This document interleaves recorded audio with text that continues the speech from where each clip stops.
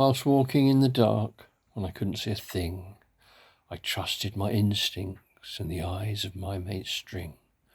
My advice, don't look, for there's nothing there to see. I'll lead you on a winding path. Well, that's if you follow me. Just waiting a moment until that time when a moment had surely passed, whilst I took a sip of giggly water, ready to have a blast. So follow me, they insisted, though I told them I'd lead them astray. No longer there to make a difference, merely to laugh and play. So off we went, our merry throng. Quite a few joined, so the line was long. I came across a footpath I'd never noticed before. When in that world of giggly water, curiosity was the law. It was a narrow path with overhanging trees, ready for me to explore. So off we all went. It was very dark and nobody could see a thing. I was okay with my instincts, as I said, and obviously my mate String. It wasn't very long till somebody bumped their head. I said, you shouldn't have followed. Why not turn back instead? But bump after bump we continued, till the end of the dark woody path. It opened out in a street I knew, so I started a proper laugh. I told them the path has led nowhere, at least anywhere near where we're going. The tall guy looked back at the dark woody path with a terrible sense of knowing, then said he's going to give it a miss and take another route. I decided this was time for more giggly water, and maybe a little zoot. By this point, I guess, you may have started to wonder, although to get above, you obviously must go under.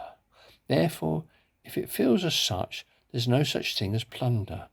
Was that a trip down Thesaurus Street, or merely a massive blunder? Was there a point to this blah, blah, blah? Yes, at least there was to me. I said I'd lead them on a winding path. That's if they followed. See? So off we all went back the way we had come, except the tall bloke and two of his chums. We then had to cross the railway line. Well, we didn't. It was just an idea of mine. Then clambered across a deep ploughed field. Everyone got very muddy. Homo consumerus at their best, a future anthropology study. They spotted a light straight ahead and asked if that's the party. I told them it's just a red flashing light. They were bound to be a lot more arty. But nevertheless, they went that way. I took a different route. When they realised their mistake, I was waiting, smoking a zoot. Off we went again, up past a strawberry farm, still in the rightest direction, so it couldn't do much harm. Then a fence of barbed wire blocked our route.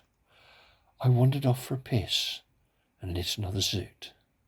I saw the place where the barbed wire came to an end, so I thought I'd go and tell them all, but I'm not quite round the bend.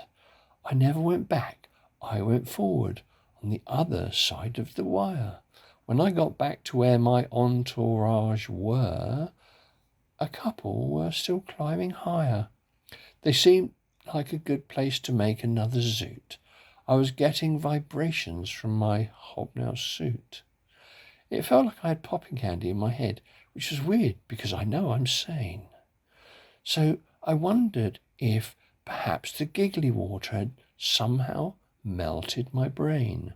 But no, I was sitting under a pylon, and it had started to pour with rain. Plenty of time to enjoy the sensation before setting off again. Then a trundle through the woods, down to a stream I know. It didn't matter how seemingly ridiculous wherever I went they would go.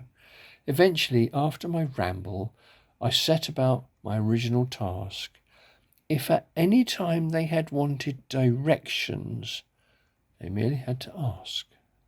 Because some of them were moaning now, I very soon became bored, finally leading them on to the rave. This pilgrimage had a just reward.